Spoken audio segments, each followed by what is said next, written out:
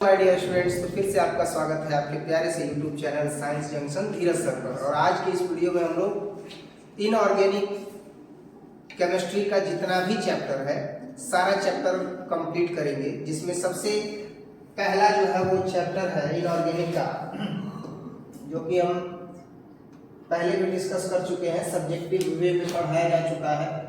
तत्वों के निष्कर्षण के सामान्य सिद्धांत, तत्वों के निष्कर्षण के सामान्य सिद्धांत हम लोग देखेंगे। General principles and process of isolation of elements, जिसमें सबसे पहला क्वेश्चन है, इंपॉर्टेंट है। ये सारे क्वेश्चंस का कलेक्शन ये विगत परीक्षाओं में पूछा गया है और संभावना है कि विगत परीक्षाओं से पूछे गए प्रश्नों में से भी कुछ प्रश्न आ सकते हैं, ठीक है ना। इसीलिए ऐसे क्वेश्चंस के कलेक्शंस पर भी हम लोग ध्यान देंगे। बाकी जो चैप्टर वाइज ऑब्जेक्टिव है उसको तो हम लोग लर्न कर ही रहे हैं। अयस्क में उपस्थित अशुद्धि को क्या कहा जाता है? तो अयस्क में उपस्थित अशुद्धि को गैंग कहा जाता है। क्या कहा जाता है? गैंग कहा जाता है। बोलते रहेंगे तो बढ़िया रहेगा। कॉपर पाइराइट का सूत्र क्या होता है? तो कॉपर पाइराइट का सूत्र CuFeS2 होता है। कॉपर पाइराइट का सूत्र क्या होता है? CuFeS2 होता है। ये क्वेश्चन 2010, 15 और 21 में पूछा है। 10, 5, 15, 15, 5, 20 और 1, 21। तो अब देख सकते हो 15, 5, 20 और 1, 21 6 बार इस पर रिपीट हुआ है ये क्वेश्चन। तो ये 21 बीत गया, तो 21 और 5 26 हो सकता है कि फिर से ये क्वेश्चन पूछ दे कि कॉपर पाइराइट का सूत्र क्या होता है। तो याद कर लीजिएगा CuFeS2 होता है। कोई दिक्कत? नेक्स्ट, स्मेल्टिंग में धातु के ऑक्साइड के अपचयन में संयुक्त होता है। तो जो स्मेल्टिंग का प्रोसेस होता है उसमें धातु के ऑक्साइड में क्या जो है वह संयुक्त होता है? एल्युमिनियम संयुक्त होता है, कार्बन, मैग्नीशियम या कार्बन मोनोऑक्साइड। ये 2010 और 2021 में पूछा हुआ प्रश्न है कि स्मेल्टिंग में धातु के ऑक्साइड के अपचयन में क्या संयुक्त होता है? तो इसमें मुख्य रूप से संयुक्त होता है कार्बन। इसका करेक्ट आंसर हो जाएगा कार्बन। नेक्स्ट, अगला क्वेश्चन देखेंगे। अगला क्वेश्चन है 4 नंबर कि डोलोमाइट खनिज में पाए जाते हैं। तो डोलोमाइट खनिज में क्या पाया जाता है? क्या एल्युमिनियम पाया जाता है, मैग्नीशियम पाया जाता है, पोटेशियम पाया जाता है या कैल्शियम पाया जाता है? तो डोलोमाइट खनिज में मुख्यतः मैग्नीशियम पाया जाता है। कोई दिक्कत? निम्नलिखित में से कौन सी धातु प्रचुर मात्रा में भूपर्पट्टी में पाई जाती है? मैग्नीशियम, सोडियम, एल्युमिनियम या आयरन? तो एल्युमिनियम जो है वो भूपर्पट्टी में पाई जाने वाली सबसे अधिक धात्विक पदार्थ है। इसका संकेत Al होगा। और एल्युमिनियम का एटॉमिक नंबर कितना होता है? याद कर लीजिएगा, ठीक है ना। अभी फिलहाल हाँ, तो उसका इलेक्ट्रॉनिक कॉन्फ़िगरेशन करके ये भी याद रखिएगा कि बारहवीं कक्षा में कितना इलेक्ट्रॉन है। निम्नलिखित में कौन कौन एल्युमिनियम के प्रमुख अयस्क हैं? ये 2013 में पूछा है। यानी कोई धातु तत्व दे करके और उसके अयस्कों के बारे में भी परीक्षा में पूछ सकता है। मान लीजिए कि आयरन दे देगा और कहेगा कि उसके अयस्क कौन कौन से हैं बताइए। इसी तरीके से मान लीजिए कि कॉपर दे देगा, अभी एल्युमिनियम दिया है और उसके कौन कौन से अयस्क हैं ये बताने के लिए आ जाएगा। तो अभी फिलहाल है कि निम्नलिखित में से कौन कौन एल्युमिनियम के प्रमुख अयस्क हैं? बॉक्साइट है, क्रायोलाइट है, फेल्सपार है या मालाकाइट है? इनमें से कौन कौन है जो कि एल्युमिनियम का प्रमुख अयस्क है? तो प्रमुख अयस्क एल्युमिनियम का जो है वो होता है बॉक्साइट और क्रायोलाइट। बॉक्साइट और क्रायोलाइट मैंने पहले भी बताया था कि 2015 से पहले ऐसे प्रश्न आते थे जिनका ऑप्शन 1 से अधिक सही होता था। बाद में बिहार बोर्ड ने इसको इम्प्लीमेंट किया। 2015 के बाद जैसे अगर 2 सही है तो तीसरा ऑप्शन डाल दिया जाता था, A और B दोनों। लेकिन इससे पहले क्या होता था कि अगर 3 ऑप्शन सही है तो OMR शीट में उस समय क्या भरा जाता था? A, B, C। और एक चीज, उस समय 2012-13 में OMR शीट भी नहीं था। कहाँ लिखना था? कॉपी पर लिखना था कि क्वेश्चन नंबर 6 का आंसर A एंड B दोनों। समझ में आ रहा है ना? ये अपने से लिखना था। तो इससे ज्यादा भ्रमित होने की जरूरत नहीं है। नेक्स्ट, हीलियम का मुख्य स्रोत क्या है? क्या हीलियम का मुख्य स्रोत हवा है, रेडियम है, मोनोजाइट है या जल है? हीलियम का मुख्य स्रोत क्या है? तो हीलियम का मुख्य स्रोत मोनोजाइट है। निम्न में से हरा थोथा किसे कहते हैं? नहीं है कि काहे थोथा लटकोले बड़ा, तो निम्न में से हरा थोथा किसे कहते हैं? तो हरा थोथा कहा जाता है FeSO4 × 7H2O। अगला जो है वो क्वेश्चन देखेंगे। अब देखो, अब मान लो कोई कहेगा कि सर FeSO4 × 7H2O को क्या कहते हैं, तो पहले ही आ गया कि इसको हरा थोथा कहते हैं, है कि नहीं? जैसे अगर पूछा है प्रश्न कि हरा थोथा किसे कहते हैं, तो हम कह रहे हैं कि इसका करेक्ट आंसर होगा FeSO4 × 7H2O। तो मान लो कोई कह रहा है कि सर FeSO4 × 7H2O को क्या कहते हैं, तो हरा थोथा कहते हैं, है कि नहीं?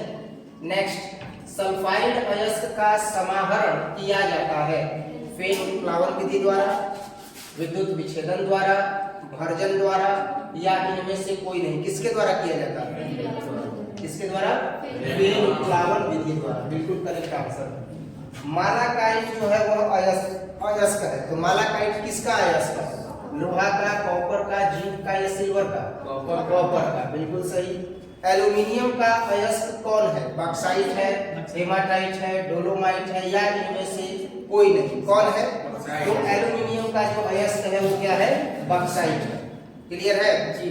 नेक्स्ट, बोरेक्स का रासायनिक नाम क्या होता है? तो बोरेक्स का रासायनिक नाम sodium tetraborate, sodium orthoborate, sodium metaborate, या इनमें से कोई नहीं। तो इसका करेक्ट आंसर होगा सोडियम टेट्राबोरेट। कोई दिक्कत? आगे बढ़ते हैं। कार्बनिक ठोस की शुद्धता का लक्षण क्या है? आखिर कौन सा ऐसा लक्षण है जिससे कार्बनिक ठोस की शुद्धता का पता चलता है? उसके क्वथनांक से चलता है, उसके गलनांक से चलता है, विशिष्ट घनत्व से चलता है, या इनमें से कोई ऐसा गुण नहीं है, कोई ऐसा लक्षण नहीं है जिससे कार्बनिक ठोस की शुद्धता का पता चलता है? तो कौन कौन सा ऐसा गुण है जिससे कि शुद्धता का लक्षण पता चलता है कार्बनिक ठोस का? बताया जाए। गलनांक। क्या है? गलनांक। ठीक है। समुद्री जल में पाए जाने वाला तत्व कौन सा? समुद्री जल में पाए जाने वाला तत्व मैग्नीशियम है, सोडियम है, आयोडीन है, या इनमें से कोई नहीं? कौन? आयोडीन, बिल्कुल सही। इस तरीके से अभी तक हम लोगों ने 14 क्वेश्चन का जो है वो आंसर देखा है। नेक्स्ट हम देखेंगे क्वेश्चन नंबर 15, और क्वेश्चन नंबर 15 है कि लोहे का मुख्य अयस्क कौन है? मैग्नेटाइट, सीडेराइट, हेमेटाइट, या सभी है? कौन है? सभी है। लोहे का मुख्य अयस्क मैग्नेटाइट भी है, सीडेराइट भी है और हेमेटाइट। कोई दिक्कत? नेक्स्ट आगे बढ़ते हैं। अगला क्वेश्चन है कि एक ऐसी विधि जिसमें धात्विक अयस्क को हवा की अधिकता में उसके गलनांक के नीचे के ताप पर गर्म किया जाता है, उसे क्या कहते हैं? एक चीज देखना, हवा की अधिकता में, यानी हवा की उपस्थिति बनी हुई है, हवा की अधिकता में, लेकिन उसके गलनांक के कारण नीचे गर्म किया जाता है, तो उसे क्या कहते हैं? भर्जन। क्या कहते हैं? भर्जन। यही से परिभाषा भी मिल गया। भर्जन किसे कहते हैं? तो जब कभी भी किसी धातु को या धात्विक अयस्क को हवा की उपस्थिति में या हवा की अधिकता में उसके गलनांक के नीचे के ताप पर गर्म किया जाता है, तो उस प्रक्रिया को क्या कहते हैं? भर्जन कहते हैं। कॉपर धातु का शोधन निम्नलिखित में से किस विधि के द्वारा किया जाता है? 2019 में यह पूछा गया प्रश्न है कि कॉपर धातु का शोधन मतलब शुद्धिकरण। आप कॉपर धातु का जो शोधन कीजिएगा, शुद्धिकरण कीजिएगा, किस विधि से कीजिएगा? कौन सा विधि है? या वैद्युतपघटनी शोधन है, वर्ण लेखकी शोधन है, या मंडल परिष्करण है, या इनमें से कोई नहीं? बिल्कुल सही, वैद्युतपघटनी शोधन। नाइट्रिक अम्ल तैयार किया जाता है किस विधि से? संपर्क विधि से, ओस्टवाल्ड विधि से, प्रकाश संश्लेषण से, हैबर विधि से? किस विधि से तैयार किया जाता है? ओस्टवाल्ड विधि से, यानी ओस्टवाल्ड विधि जो है इसका करेक्ट आंसर हो जाएगा। क्लियर है? नेक्स्ट देखते हैं। निम्नलिखित में से कौन सा कथन सही है? कौन है इसमें कथन सही है? सभी अयस्क खनिज होते हैं, या सभी क्षार भस्म नहीं होते हैं, सभी खनिज अयस्क होते हैं? यहाँ थोड़ा सा भ्रम है। सभी अयस्क खनिज होते हैं, यहीं पर घुमाया है, वहां बोला है, ध्यान देना। जोर किस पर दिया है?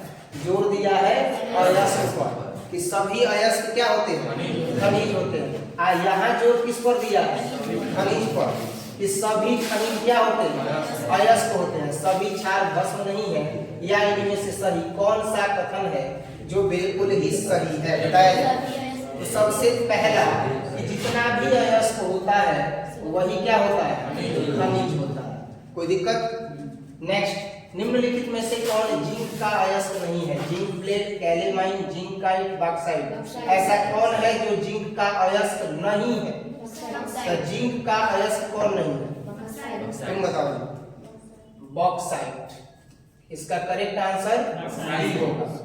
निम्नलिखित में से कौन धातु अम्ल से अभिक्रिया करके हाइड्रोजन गैस को मुक्त नहीं करता, कौन है जो हाइड्रोजन गैस को मुक्त नहीं करता है, आयरन। आयरन है जो हाइड्रोजन गैस को मुक्त नहीं करता है, समझ में आ रहा है ना। नेक्स्ट, वात्या भट्टी में निम्नलिखित में से किस ऑक्साइड का अपचयन होता है, ऐसा कौन सा ऑक्साइड है जिसका अपचयन होता है वात्या भट्टी में, आयरन के ऑक्साइड का, आयरन के ऑक्साइड का वात्या भट्टी में क्या होता है, तो अपचयन होता है, कोई दिक्कत, क्लियर है, ठीक।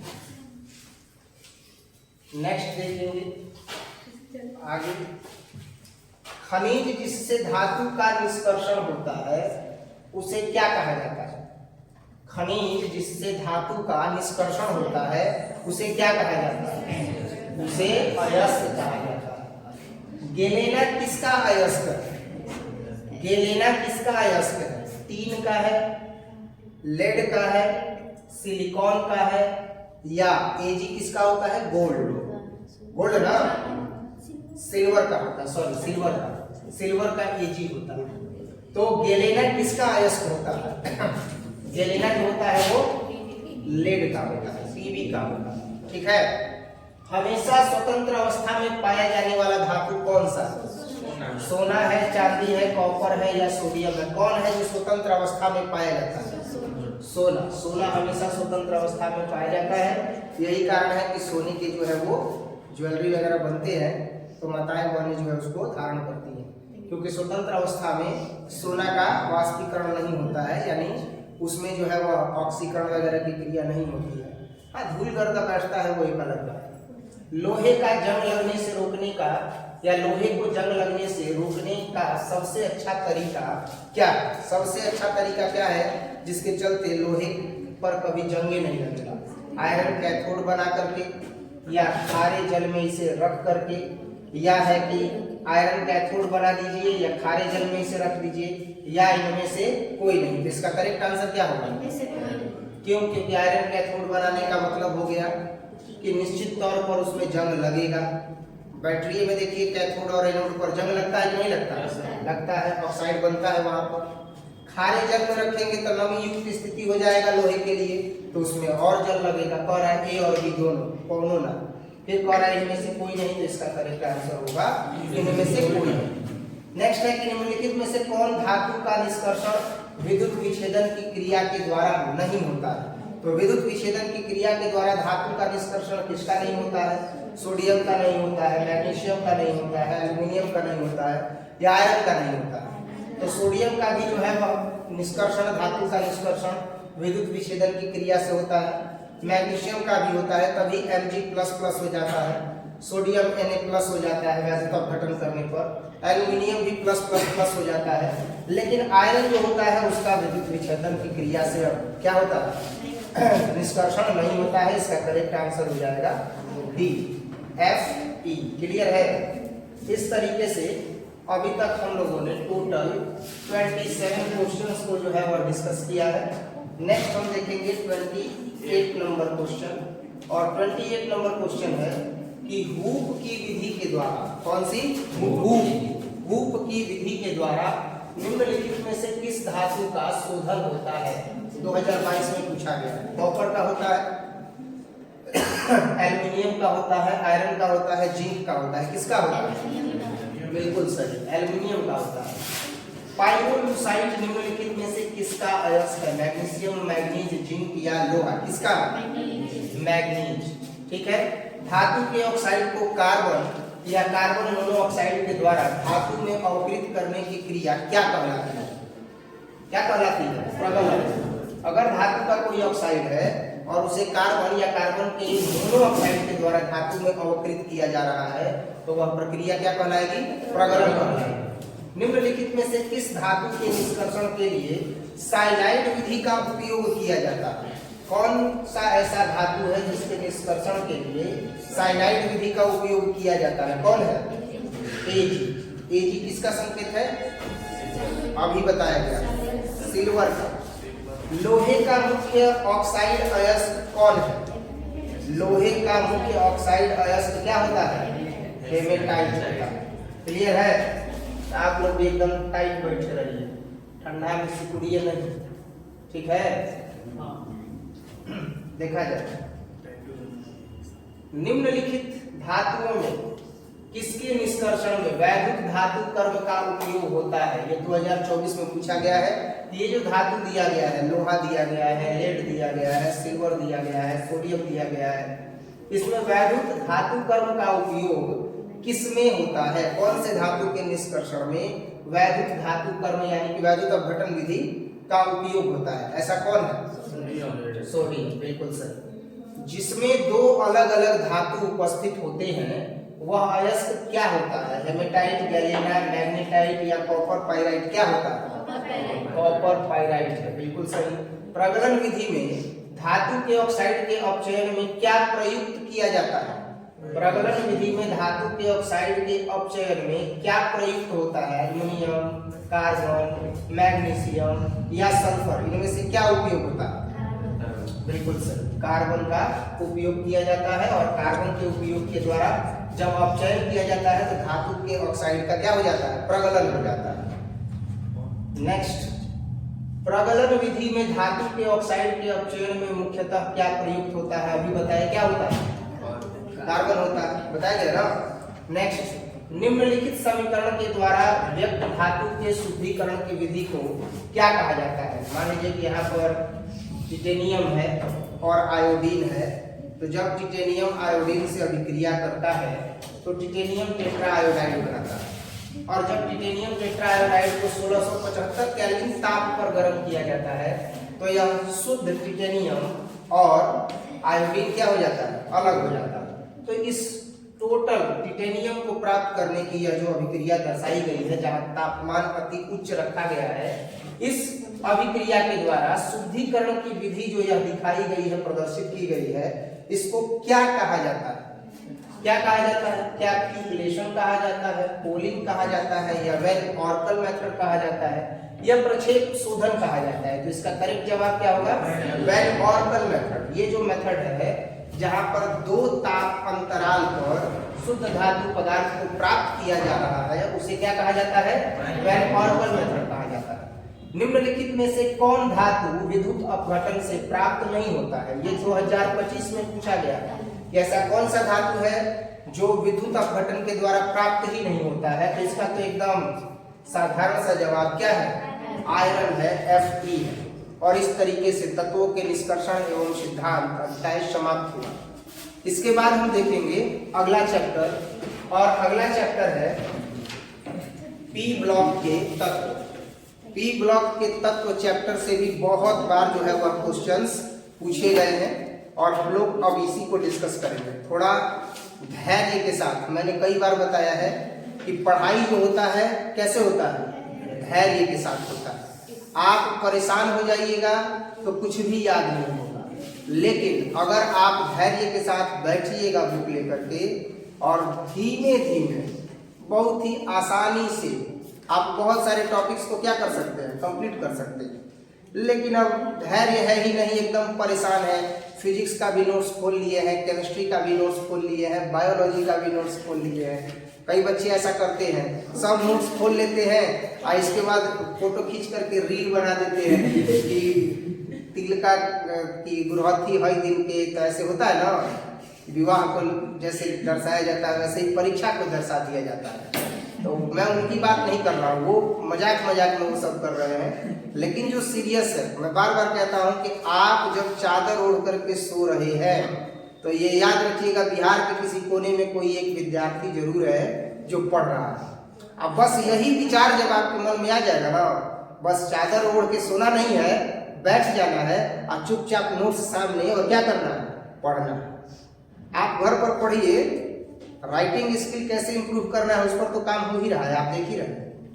आप सोच करके देखिए, जिस तरीके से आपका राइटिंग स्किल अभी रिदम पकड़ा है, मैं बार बार कह रहा हूँ, आप उसको अगर बनाए रखते हैं तो आगामी परीक्षा में काफ़ी अच्छा नंबर आएगा।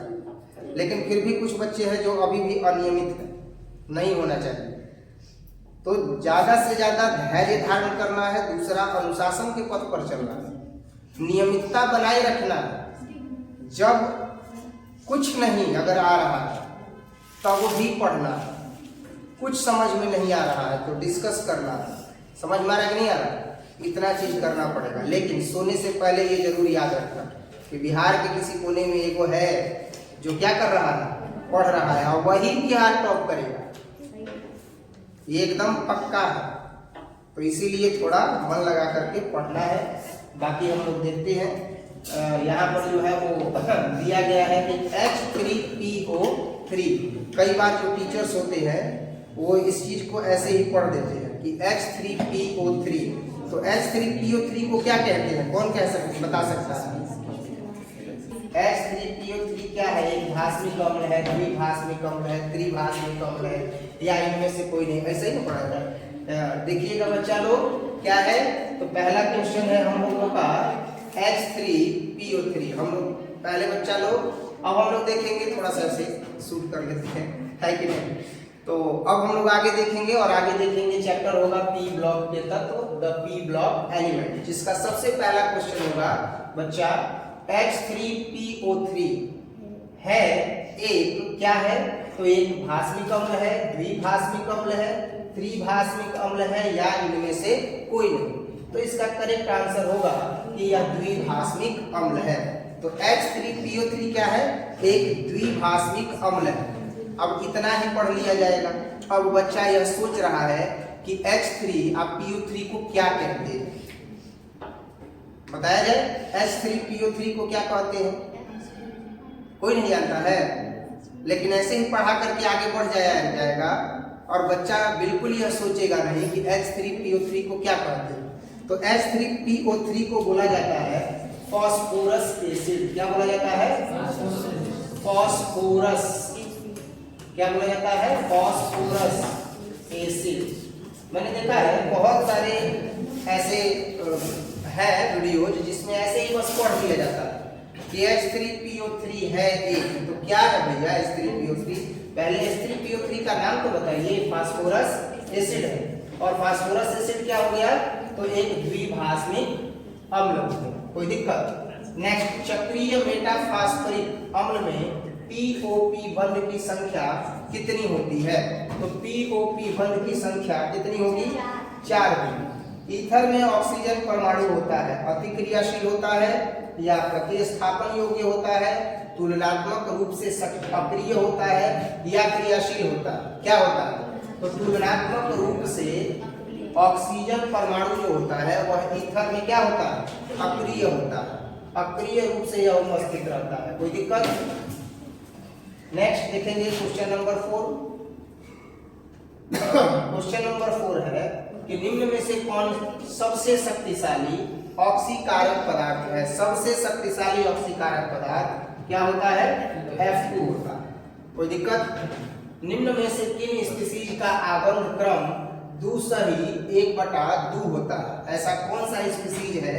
तो ये एल्युमिनियम कर रहे हैं, ये जो है वह धात्विक पदार्थों के लिए है कि ऐसा कौन सा जो है वह स्पीशीज का क्रम है जिसमें आबंध का क्रम 2 सही 1/2 होता है? क्या N2 है, O2 है, O2 प्लस है, O2 माइनस है, या N2 माइनस है?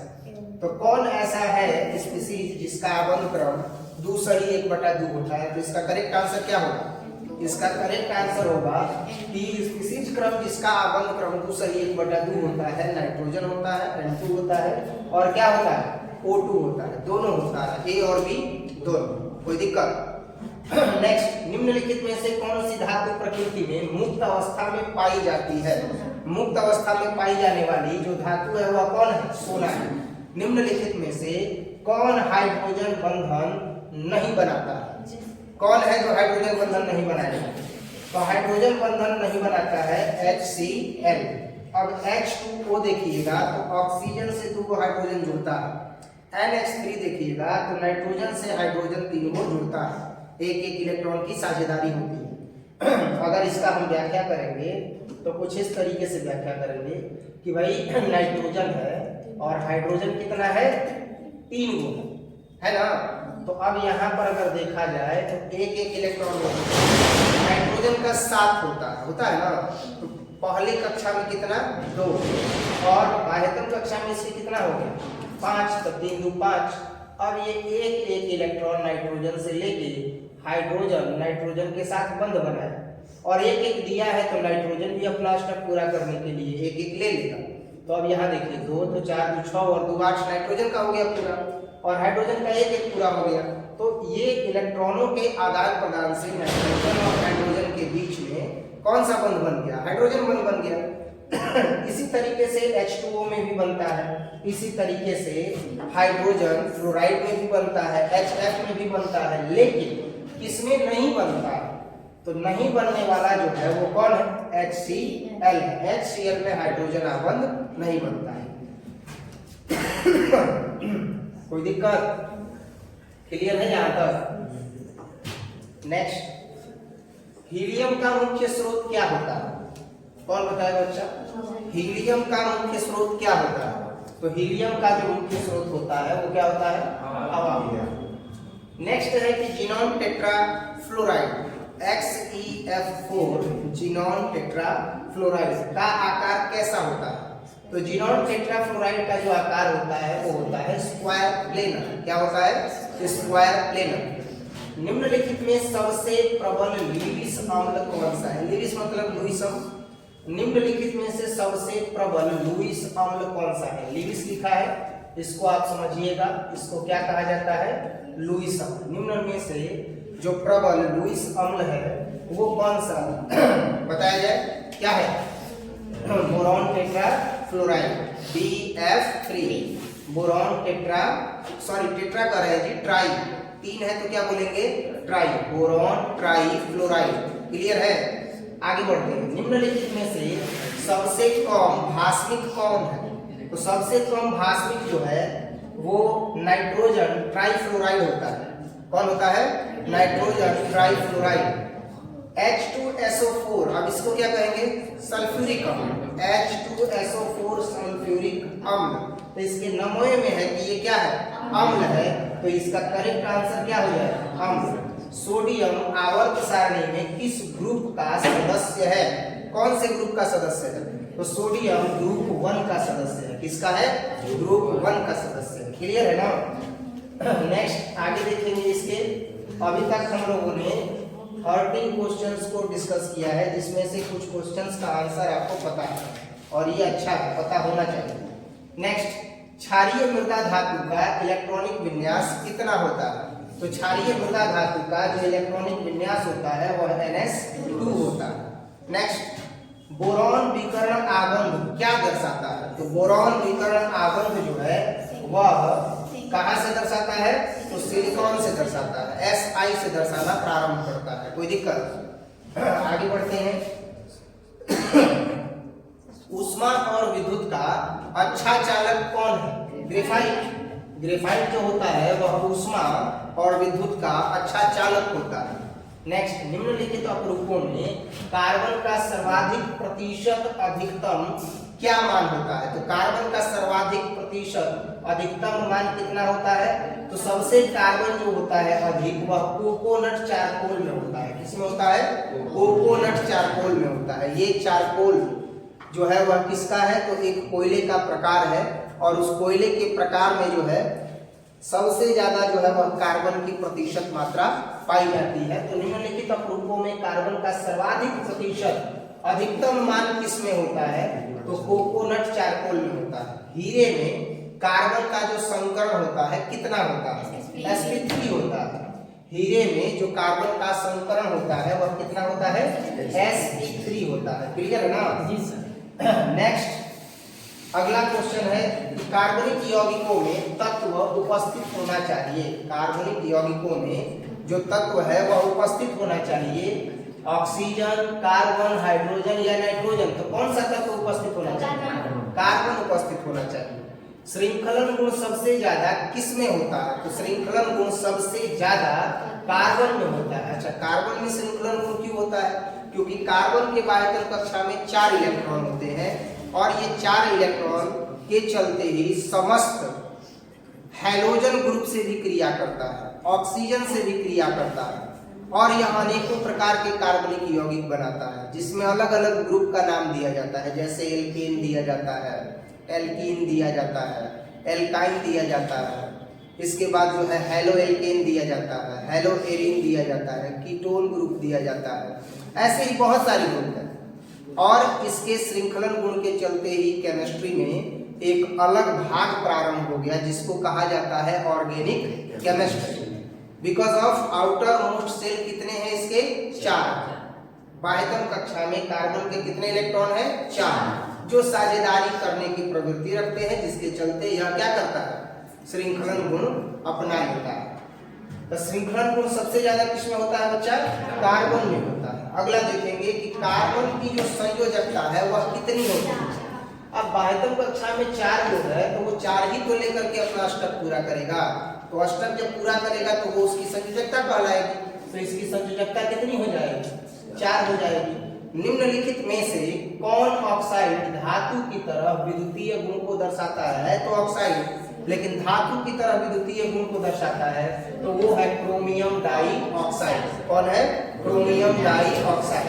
निम्नलिखित में से त्रिभस्मीय या त्रिभास्मिक कौन है? कौन है जो त्रिभस्मीय है? तो त्रिभस्मीय कौन है बताया जाए। इसका ऑप्शन दिया हुआ है H3PO2, H3PO3, H4P2O7, H3PO4।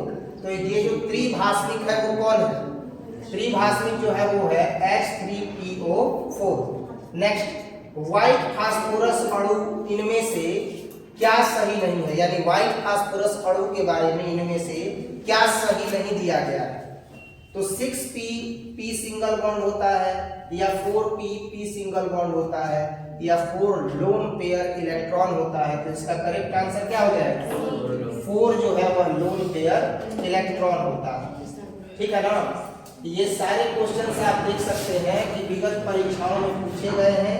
आप इसको बढ़िया से जरूर याद कर लीजिएगा, खास करके इस चैप्टर को। ठीक है ना?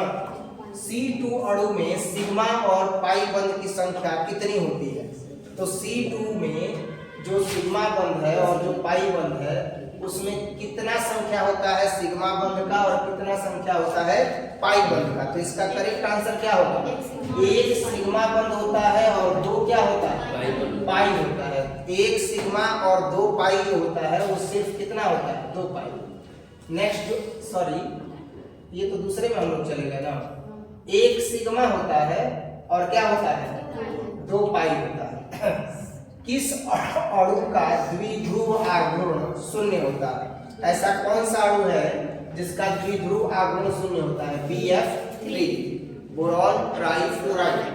सिलिका और हाइड्रोजन फ्लोराइड के प्रतिक्रिया से प्राप्त जो प्रतिफल है वह कौन है? कौन है?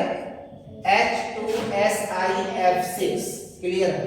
मर्क्यूरिक क्लोराइड अमोनिया गैस से जब अभिक्रिया करती है तो यह उजला अवक्षेप बनाती है और उजले अवक्षेप का जो अणु सूत्र होता है वह क्या होता है? तो HgNH3 इसको क्या बोलेंगे? डाईएमीन पारा क्लोराइड। क्या बोलेंगे? डाईएमीन पारा क्लोराइड। बताए थे ना पढ़ना। नेक्स्ट, अगला देखेंगे। इसको पढ़ लोगे ना जी? नहीं पढ़ पाओगे? इसको क्या पढ़ोगे बताओ तो? इसको पढ़ेंगे एमीन। पहले किसको पकड़ेंगे?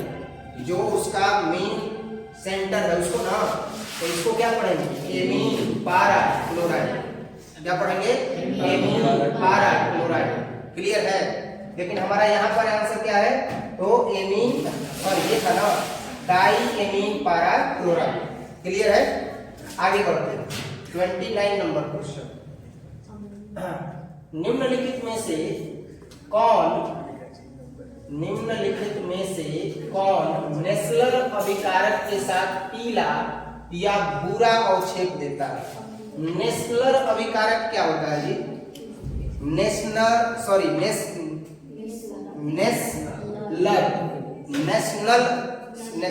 वर्ड आ जा रहा है। नेस्लर अभिकारक के साथ पीला या भूरा अवक्षेप कौन देता है? तो नेस्लर अभिकारक क्या होता है? नेस्लर अभिकारक वह अभिकारक होता है जो अभिक्रिया में जब अभिक्रिया करता है तो सदैव पीले या भूरे रंग का अवक्षेप देता है। तो जब वो पीले या भूरे रंग का अवक्षेप देता है तो उसको कहा जाता है नेस्लर अभिकारक। तो यहाँ पर इसका करेक्ट आंसर क्या हो जाएगा? क्या वो कार्बन डाइऑक्साइड है या अमोनिया है या सोडियम क्लोराइड है या पोटेशियम आयोडाइड है? क्या इसका करेक्ट आंसर होगा? अमोनिया, NH3, बिल्कुल सही। बिस्मथ की सबसे अस्थायी ऑक्सीकरण अवस्था कौन होती है? तो बिस्मथ की सबसे अस्थायी ऑक्सीकरण जो अवस्था होती है वो क्या होती है? +3 होती है। साइन बोलना जरूरी। अमोनिया आर्द्र लाल लिटमस पत्र को किस रंग में बदल देता है? नीला। किसमें? नीला। बहुत बढ़िया। तो इसका करेक्ट आंसर हो जाएगा नीला। उजला और पीला फास्फोरस क्या होता है? तो जो उजला और पीला फास्फोरस होता है वह एक दूसरे का क्या होता है? समस्थानिक होता है। नेक्स्ट अगला जो है वो क्वेश्चन हम देखेंगे 33 नंबर। और 33 नंबर जो क्वेश्चन है वो दिया गया है कि नाइट्रोजन और ऑक्सीजन है। तो नाइट्रोजन और ऑक्सीजन क्या है? धातु है, और धातु है, विट धातु है या कोई नहीं है? कौन है? कौन? अधातु। बिल्कुल सही। नाइट्रोजन और ऑक्सीजन क्या है? अधातु। नेक्स्ट, निम्नलिखित में से कौन सी गैस एकल परमाणविक है? कौन है जो एकल परमाणविक है? हीलियम। बिल्कुल सही जवाब। आवर्त सारणी के द्वितीय आवर्त में तत्वों की संख्या कितनी है? बिल्कुल सही, 8। ऑप्शन बी इसका करेक्ट होगा। कोलियम में H2SO4 यानी सल्फ्यूरिक अम्ल के साथ और कौन सा अवयव उपस्थित होता है? ओलियम में H2SO4 के साथ और कौन सा जो तत्व है वो उपस्थित होता है? Sulphur trioxide, SO3। Next, H2SO4 यानी सल्फ्यूरिक अम्ल, H2SO4 सल्फ्यूरिक अम्ल क्या है? तो एक तरह का यह द्विभाषिक अम्ल है। हीलियम का जो सूत्र है ये तो बड़ा आसान नहीं है जी, ऐसा भी प्रश्न आ जाता है। तो कई बार यही तो बच्चा बोलता है कि बहुत आसान नहीं लगा सर जी, लेकिन तो वो छूट गई। तो इसीलिए एक बार क्वेश्चन पेपर को क्या किया जाता है? देखा जाता है। मतलब समझो, क्वेश्चन कौन कौन सा आ रहा है ये आइडेंटिफाई अगर करोगे तो 2 मिनट लगेगा। पेंसिल से टिक लगाओ कि कौन कौन सा क्वेश्चन हमसे बन जाएगा और बाद में उसी का आंसर दो। और जो बच्चा ऐसा नहीं करता है और जो आता है जवाब लिखना चालू करता है तो बाद में फंस जाता है और उस 2 मिनट की जगह पर 10-15 मिनट बर्बाद होता है सोचने में, विचारने में। तो पहले क्वेश्चन पेपर को ऑब्जर्व करना है कि कौन कौन सा क्वेश्चन है जिसका जवाब हमको आ रहा है, टिक लगा देना है और जो जवाब आ रहा है लाइन से उसका जवाब देना है। तो हीलियम का सूत्र क्या होता है? He होता है। आवर्त सारणी के ग्रुप फर्स्ट के तत्वों को जाना जाता है। तो आवर्त सारणी का जो ग्रुप फर्स्ट है उसके तत्वों को किस नाम से जाना जाता है? बिल्कुल सही, क्षारीय धातु। हो गया। नेक्स्ट जो है हम देखेंगे अगला क्वेश्चन, और अगला क्वेश्चन होगा 40 नंबर। 40 नंबर क्वेश्चन है कि नाइट्रिक अम्ल का सूत्र क्या होता है? HNO3। शुद्ध जल का pH मान कितना होता है? 7 होता है। निम्नलिखित में से कौन सी गैस जल पर एकत्रित नहीं की जा सकती है? ऐसी कौन सी गैस है जो जल पर एकत्रित नहीं होती? Sulphur dioxide. सल्फर डाइऑक्साइड कभी भी जल पर एकत्रित नहीं होती। कोई दिक्कत? नेक्स्ट देखते हैं, PCl5 को क्या बोलते हैं? Phosphorus pentachloride. PCl5 को क्या बोलते हैं? Phosphorus pentachloride. एक है, यह क्या है? क्या यह ऑक्सीकारक है, अवकारक है? या ऑक्सीकारक अवकारक दोनों है? या इनमें से कोई नहीं। तो इसका करेक्ट आंसर होगा कि भाई ऑक्सी कारक भी है और क्या है अवकारक भी है। अच्छा, ओलियम का सूत्र क्या होता है? तो ओलियम का सूत्र होता है H2S2O7। क्या होता है? H2S2O7। आवर्त सारणी के ग्रुप 16 में ऑक्सीन के अलावा पाया जाने वाला जो तत्व है वह कौन है? तो ऑक्सीन के अलावा पाया जाने वाला जो तत्व है वह कौन है? सल्फर। अभिक्रिया N2+3H2 तो हो जाएगा 2NH3+ Q कैलोरीज, यानी वहां पर कुछ एनर्जी क्या होगा? उत्पन्न होगा। तो उसमें ताप जब बढ़ाया जाता है तो ताप बढ़ाने पर क्या होता है? भाई ताप बढ़ाने पर जो अमोनिया होता है उसका उत्पादन क्या हो जाता है? घट जाता है। अगर स्टैंडर्ड टेम्परेचर रहेगा तो अमोनिया का उत्पादन बढ़ जाएगा, लेकिन अगर ताप वहां पर आप क्या कर दीजिएगा? ताप बढ़ा दीजिएगा तो अमोनिया का उत्पादन घट जाएगा। अगला हम देखेंगे 47 नंबर क्वेश्चन। और 47 नंबर क्वेश्चन है कि निम्नलिखित में से कौन सा हैलोजन प्रबल ऑक्सीकारक है? कौन है जो हैलोजन प्रबल ऑक्सीकारक है? बताइए। बिल्कुल सही, फ्लोरीन। निम्न में से किसमें P पाई और D पाई सिंगल बॉन्ड पाया जाता है? कौन है? SO3 sulphur try oxide. वर्ग 16 के तत्व को क्या कहा जाता है? तो वर्ग 16 के तत्व को कैल्कोजन कहा जाता है। वर्ग 16 के तत्व को क्या कहा जाता है? कैल्कोजन। और वर्ग 17 के तत्व को क्या कहा जाता है? हैलोजन। वर्ग 16 के तत्व को कैल्कोजन और वर्ग 17 के तत्व को हैलोजन कहा जाता है। हैलोजन को प्रायः किससे सूचित किया जाता है? X से सूचित किया जाता है। कौन कौन उसके अंतर्गत आता है? क्लोरीन, फ्लोरीन, ब्रोमीन और आयोडीन, स्टैंडर्ड। नेक्स्ट, निम्नलिखित में से कौन सा बंध सबसे ज्यादा प्रबल होता है? तो सबसे ज्यादा प्रबल जो होता है वह फ्लोरीन और क्लोरीन बॉन्ड होता है। क्लोरीन क्लोरीन के बीच में एक एक इलेक्ट्रॉनों की साझेदारी के परिणाम स्वरूप मजबूत बंध बनता है। सबसे प्रबल अम्ल कौन है? तो सबसे प्रबल अम्ल जो है वो है HClO4। क्या है? HClO4। निम्नलिखित में से कौन सबसे कम क्वथनांक वाली गैस है? तो सबसे कम क्वथनांक वाली जो गैस है वो कौन है? हीलियम। अच्छा, हीलियम भारी गैस है या हल्की गैस है? हल्की गैस है। हीलियम का उपयोग किसमें किया जाता है? गुब्बारे को भरने के लिए किया जाता है, ताकि गुब्बारा क्या होता रहे? तो एकदम उड़ता रहे। समझ में आ रहा है ना? नेक्स्ट, निम्नलिखित में से कौन सिर्फ एक ही ऑक्सी अम्ल बनाता है? एक ऑक्सी अम्ल बनाने वाला कौन है? फ्लोरीन है। कौन है? फ्लोरीन। S8 में सल्फर की ऑक्सीकरण अवस्था कितनी होती है? तो S8 में सल्फर की ऑक्सीकरण अवस्था क्या +2 होती है, +4 होती है, +8 होती है या 0? जवाब होगा 0। निम्नलिखित में से कौन सबसे कम वाष्पशील है? तो सबसे कम जो वाष्पशील है क्या वो H2Se है या H2Pe है या H2S है या H2O है? H2O है। लेकिन थोड़ा सा इसका नाम अगर दिया जाए तो क्या हो जाएगा? जैसे आप H2S को क्या बोलते हैं? हाइड्रोजन, सॉरी, इसको क्या बोलते हैं? तो हाइड्रोजन सल्फाइड बोलते हैं ना। तो इसको क्या बोलिएगा? Hydrogen telluride. इसको क्या बोलिएगा? हाइड्रोजन सेल्यूराइड। क्या बोलिएगा? हाइड्रोजन सेल्यूराइड। नेक्स्ट, तो इसका करेक्ट आंसर हो गया कितना? H2O। H2O जो होता है वो सबसे कम वाष्पशील होता है। निम्नलिखित में से कौन ऑक्सीकारक एवं अवकारक दोनों की ही तरह कार्य करता है? कौन है जो दोनों की तरह कार्य करता है? Sulphur dioxide. सल्फर डाइऑक्साइड दोनों है। बस इतना ही समझना कि ये अवकारक और ऑक्सीकारक दोनों की तरह कार्य करेगा। आगे बढ़े।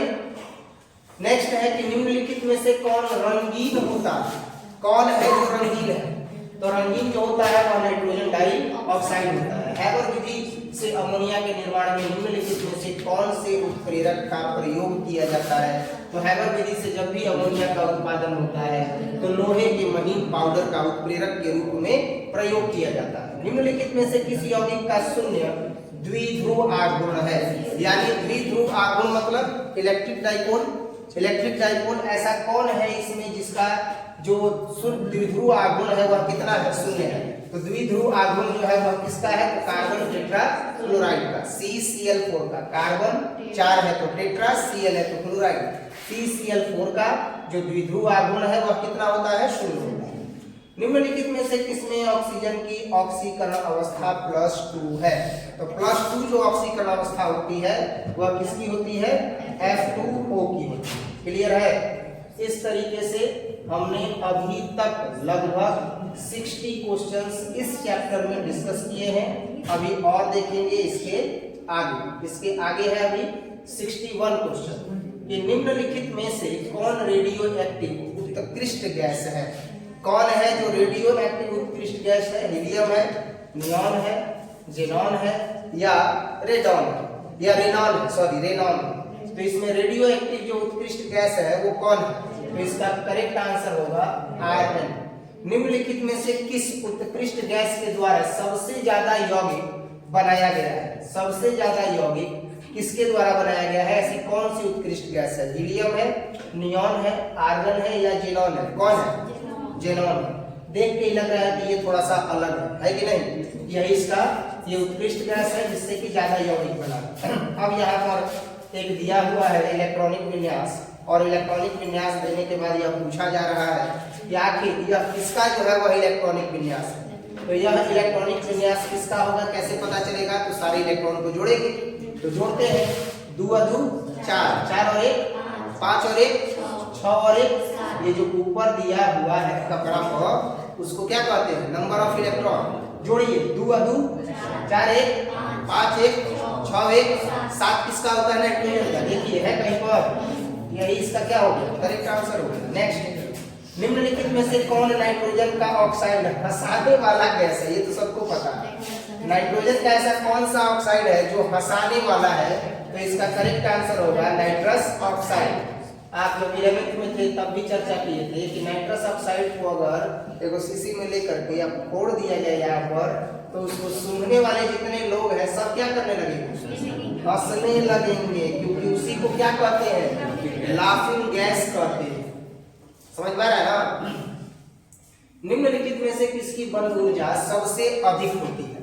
सबसे अधिक बंध ऊर्जा जो होती है वह सल्फर और सल्फर की होती है, यानी कि H2 की होती है। किसकी होती है? H2 की होती है। यही इसका करेक्ट आंसर होगा। सल्फर सल्फर के बीच जो बॉन्ड बनता है उससे उसकी बंध ऊर्जा अधिक होती है। निम्नलिखित में से कौन ऑर्थोफॉस्फोरिक अम्ल का अणु सूत्र है? अणु सूत्र ऑर्थोफॉस्फोरिक अम्ल का कौन सा है? तो H3PO4। निम्नलिखित में से कौन हैलोजन धनात्मक ऑक्सीकरण अवस्था प्रदर्शित नहीं करता है? तो धनात्मक ऑक्सीकरण अवस्था प्रदर्शित नहीं करने वाला जो हैलोजन है वह मुख्य रूप से क्या? आयोडीन है, ब्रोमीन है, क्लोरीन है या फ्लोरीन है? तो इसका करेक्ट आंसर होगा फ्लोरीन। निम्नलिखित में से किसका बंध कोण सबसे छोटा? तो सबसे छोटा जो बंध कोण है वह हाइड्रोजन टेलुराइड का है, H2TE का है। ये क्वेश्चन पूछा है 2024 में। नेक्स्ट, हैबर विधि के द्वारा अमोनिया के उत्पादन में निम्नलिखित में से किस उत्प्रेरक का उपयोग किया जाता है? जब अमोनिया का उत्पादन हैबर विधि के द्वारा किया जाता है, तो हैबर विधि के द्वारा जब अमोनिया का उत्पादन होता है तो ऐसा कौन सा उत्प्रेरक है जिसका उपयोग हैबर विधि में किया जाता है? तो हैबर विधि में किसका उपयोग होता है उत्प्रेरक के रूप में? तो Fe का होता है। किसका होता है? Fe का। किस रूप में? मेटल ऑक्साइड के रूप में। किस रूप में? मेटल ऑक्साइड के रूप में। हाइपोफॉस्फोरस अम्ल का संरचना सूत्र निम्नलिखित में से कौन है? इसमें हाइपोफॉस्फोरस अम्ल का संरचना पहला, ठीक है, यही हाइपोफॉस्फोरस अम्ल का संरचना है। और हाइपोफॉस्फोरस अम्ल की संरचना को आप लोग एक बार बना करके जरूर समझ लीजिएगा। समझने का मतलब कि प्रैक्टिस कर लीजिएगा ताकि वो याद हो जाए। नेक्स्ट, अगला देखेंगे। अगला है 71 नंबर क्वेश्चन कि अमोनिया को सुखाया जा सकता है। अमोनिया को किसके द्वारा सुखाया जा सकता है? कैल्शियम ऑक्साइड के द्वारा। CaO के द्वारा, मतलब कैल्शियम ऑक्साइड के द्वारा। निम्नलिखित में से कौन सबसे सबल क्षार है? सबल क्षार कौन है? तो सबल क्षार जो है वो अमोनिया है, NH3। कोई दिक्कत?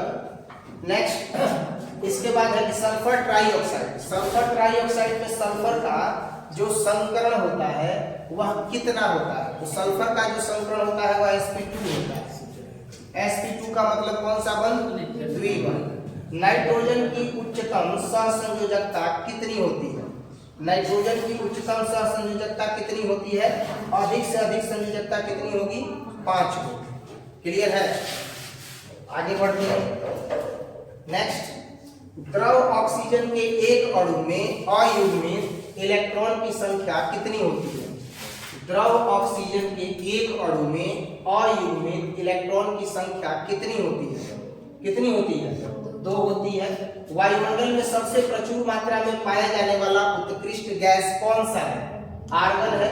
हैबर विधि से अमोनिया के उत्पादन में निम्नलिखित में से कौन सा उत्प्रेरक प्रयुक्त किया जाता है? तो मुख्य रूप से Fe मेटल ऑक्साइड का उपयोग होता है। और निम्नलिखित में से कौन सा ऑक्साइड अनुचुंबकीय है?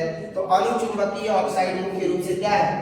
क्लोरीन डाई ऑक्साइड है। क्लोरीन डाई ऑक्साइड जो है वह मुख्य रूप से क्या है? तो एक अनुचुंबकीय ऑक्साइड है। और यही जो है इसका पूरा समापन हुआ 78 क्वेश्चन के साथ। और ये चैप्टर भी क्या हुआ? समाप्त हुआ। अब इसके बाद हम लोग अगला चैप्टर देखेंगे। अगला चैप्टर होगा डी एवं एफ ब्लॉक के तत्व। डी एवं एफ ब्लॉक के तत्व आसान है, इसमें भी ज्यादा नहीं है। सबसे बड़ा जो है यही था जिसमें 78 क्वेश्चन था, ठीक है ना। अब फिलहाल डी एवं एफ ब्लॉक के क्वेश्चन को अगर हम देखें तो लगभग हमको लगता है कि 31 क्वेश्चन होगा। कितना होगा? 31, इससे ज्यादा नहीं होगा। 31 होगा या 36 होगा? कितना है? 41। चलो ठीक है, देखते हैं 41 है तो इसको भी डिस्कस करते हैं। क्लियर है? 8 ये चैप्टर है इनऑर्गेनिक का। और इसमें जो है क्वेश्चन है कि डी एवं एफ ब्लॉक के तत्व, the D and F block element. Clear है? थोड़ा सा पानी हम पी लेते हैं, बोलते बोलते प्यास। इसके बाद जो है इसको कंप्लीट करेंगे, लेकिन टेस्ट के लिए आप तैयार रहेंगे। हाँ, और एक चैप्टर हम देख रहे थे कि बहुत सारे बच्चे हैं जो एक चैप्टर के पीछे पड़े हुए हैं। ऑब्जेक्टिव जब आप पढ़ने बैठिए तो मेरा ये सलाह है कि कुछ नहीं तो कम से कम मेरा वीडियो आप देखिए। मॉडर्न फिजिक्स का चालू कर दीजिए, गुरुजी एकदम प्रकट हो जाइए सामने। अब मॉडर्न फिजिक्स एक वीडियो में सुतक समय 1 घंटा देख लो मॉडर्न फिजिक्स के, सारा ऑब्जेक्टिव तैयार। फिजिकल केमिस्ट्री में 5 को चैप्टर का सारा फिजिकल केमिस्ट्री तैयार, खंड वाइज जो होगा तो वीडियो शूट कर जाता। एक छोट वीडियो बनाने ले बढ़िया बा कि सीधा एक पूरा खंड के वीडियो बनाओगे।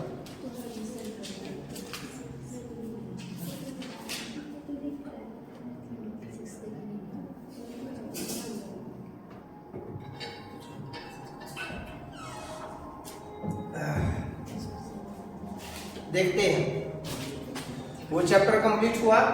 और अब हम डिस्कस करेंगे क्या? तो अब हम डिस्कस करेंगे डी एवं एफ ब्लॉक के तत्व। निम्नलिखित में से कौन संक्रमण धातु का आयन अनुचुंबकीय है? अणुचुंबकीय नहीं, अणुचुंबकीय है। ये पूछा गया है 2009 और 2013 में। ऐसा कौन है संक्रमण धातु का आयन जो अनुचुंबकीय है? तो वो होता है Zn जो होता है वो अनुचुंबकीय होता है। प्रथम कतार के संक्रमण तत्वों का सबसे सामान्य ऑक्सीकरण अवस्था कितना होता है?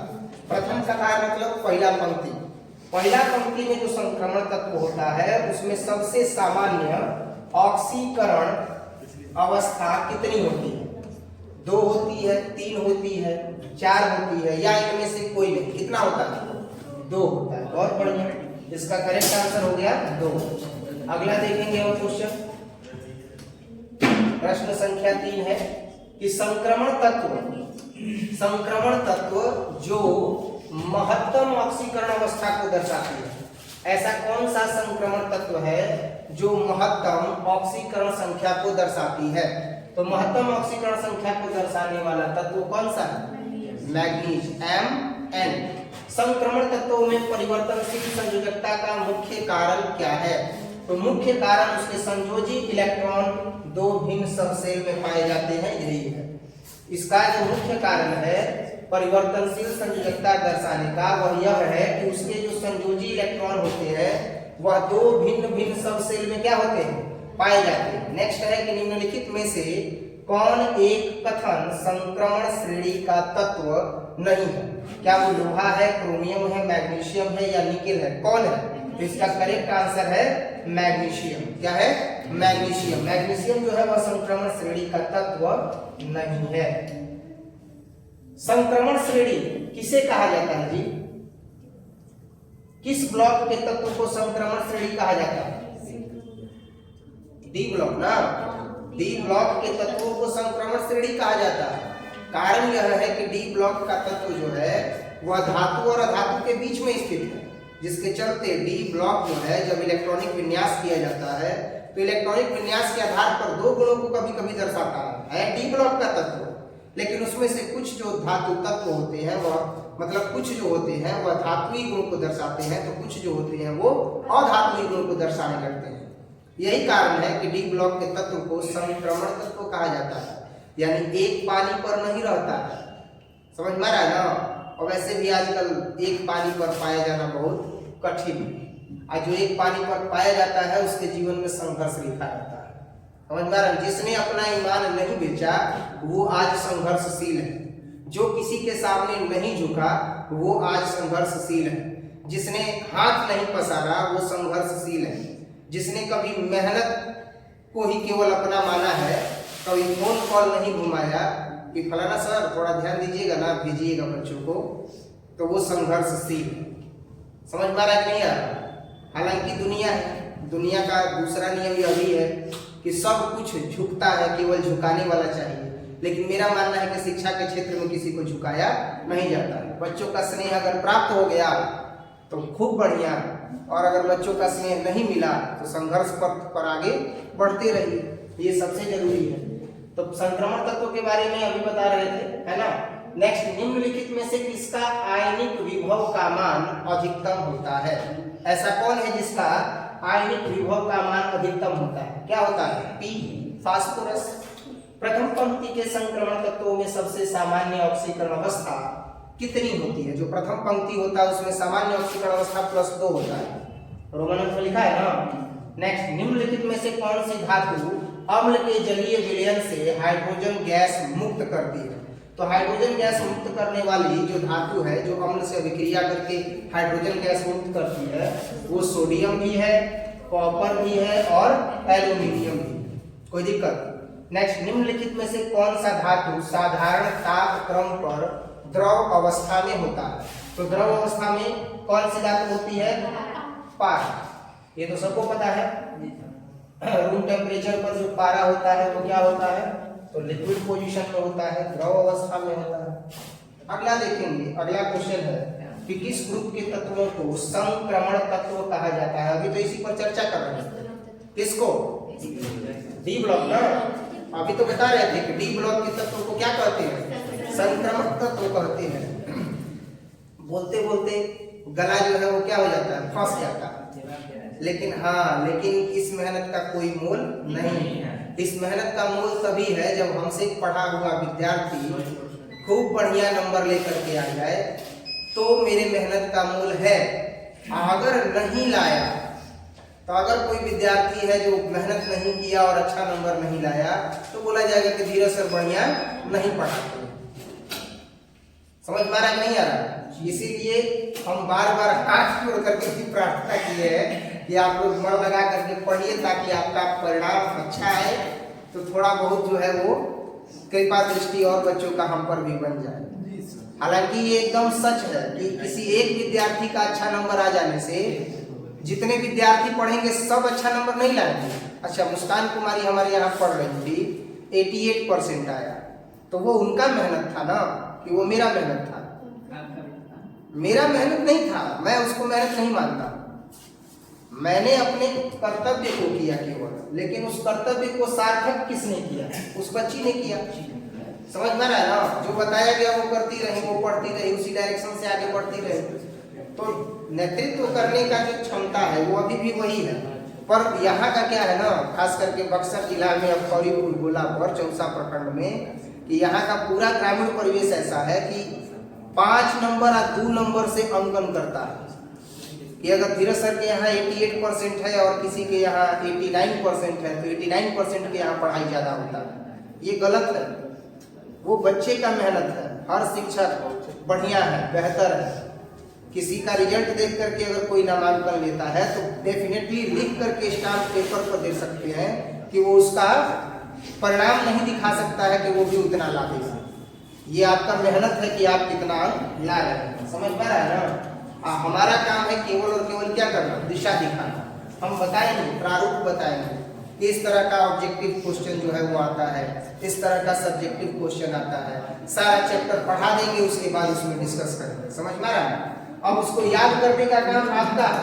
अब आप याद मत कीजिए तो हमारा सारा मेहनत बेकार। बाकी जो समझदार हैं, जो पढ़ने वाले हैं, उनके कहीं ना कहीं, हम बार बार कहते हैं, उनके कहीं ना कहीं हृदय में, मन मस्तिष्क में बैठा हुआ है कि हाँ हमको धीरे सर से पढ़ना है। क्लियर बात है, चाहे कुछ हो जाए, पृथ्वी पलट जाए, पूरब से पश्चिम सूर्य उग जाए, लेकिन फिर भी उनके दिमाग में है कि हाँ हमको क्या करना है, उनसे ही पढ़ना है। और वास्तव में तलाश भी ऐसे ही विद्यार्थियों की, क्योंकि हम कर्तव्य पथ पर डटे रहना है। अब बहुत सारी आलोचनाएं घूमती रहती है, तो कुछ विद्यार्थी आलोचना को सुन करके भ्रमित हो जाता है, तो वैसा नहीं होना चाहिए। उसके हृदय में ये बात रहनी चाहिए कि नहीं हमको फलाने सर से पढ़ना है, तब एक अच्छा बात, समझ पा रहे हैं। हम लोग उसी लिए पढ़ाते ही हैं, खास करके हम उसी लिए पढ़ाते हैं कि बच्चा पढ़ाई से प्रभावित हो। अगर पढ़ाई से बच्चा प्रभावित है तो अति उत्तम है। अभी थोड़े अभी गाँव एजेंट छोड़ा जाएगा कि आप अपने गांव से 10 आदमी को भेजिए, आप अपने गांव से 5 आदमी को भेजिए, ऐसा हो रहा है। तो वैसा थोड़े करना है, वैसा नहीं करना है। 11 नंबर जो है वो क्वेश्चन है कि अर्वाचीन आवर्त सारणी किसने बनाया। अर्वाचीन आवर्त सारणी किसने बनाया। डेवोनियर ने बनाया, मेंडलीफ ने बनाया, मेंडल ने बनाया, या इनमें से किसी ने नहीं बनाया। तो इनमें से कोई नहीं बनाया, ठीक है ना। ठीक, ये मेंडल बायोलॉजिस्ट है, मेंडलीफ चलो केमिस्ट है, तो इनका अलग है, मेंडलीफ की आवर्त सारणी है या नहीं है। इसके बाद डेवोनियर का जो है वह त्रिक नियम है कि नहीं है, तो उन्होंने त्रिक नियम दिया था, उन्होंने किसी पीरियोडिक टेबल के बारे में नहीं बताया था। तो इनमें से कोई नहीं। निम्न में से कौन क्षारीय भूमिज तत्व है। कौन है जो क्षारीय भी है और भूमिज तत्व है। सोडियम। सोना धातु का ऑक्सीकरण संख्या कितना होता है। तो सोना धातु का ऑक्सीकरण संख्या +1 होता है। सीनेबार किसे कहा जाता है। सीनेबार जो है वह किसको कहा जाता है, तो HgS को कहा जाता है। पारा का संकेत क्या होता है, Hg और S है ना, तो इसको पारा सल्फाइड बोलेंगे। डी ऑर्बिटल का आकार कैसा होता है। डी ऑर्बिटल का आकार डम्बबेल के जैसा होता है। डम्बबेल समझ रहे हो ना, जो हथवा में डम्ब लेकर के उठाया जाता है जिम में, वही डम्बबेल आकार का जो है वह डी ऑर्बिटल होता है। कोई दिक्कत। अब इसके बाद जो है वो हम देखेंगे 16 नंबर क्वेश्चन देखते हैं। बुझा हुआ चूना। तो बुझा हुआ चूना का जो सूत्र होता है क्या होता है, CaOH का होल ट्वाइस। CaOH का होल ट्वाइस। बाह्यतम विन्यास यदि 3d64H2 है तो यह विन्यास किसका होता है, Zn का होता है। बाह्यतम विन्यास अगर देखिएगा Zn का, तो 3d64H2 होता है। संक्रमण तत्वों का सामान्य इलेक्ट्रॉनिक विन्यास कितना होता है, तो संक्रमण तत्वों का सामान्य इलेक्ट्रॉनिक विन्यास n-1d1 to 10 होता है। n-1d1 to 10 होता है। निम्नलिखित संक्रमण धातु आयन जिसका चुंबकीय आघूर्ण अधिक होगा उसके बाह्यतम कक्षा का इलेक्ट्रॉनिक विन्यास कितना होता है। तो उसके बाह्यतम कक्षा का जो इलेक्ट्रॉनिक विन्यास होता है वह 3d5 होता है। कितना होता है, 3d5 होता है। इसके बाद जो है हम देखेंगे 20 नंबर क्वेश्चन।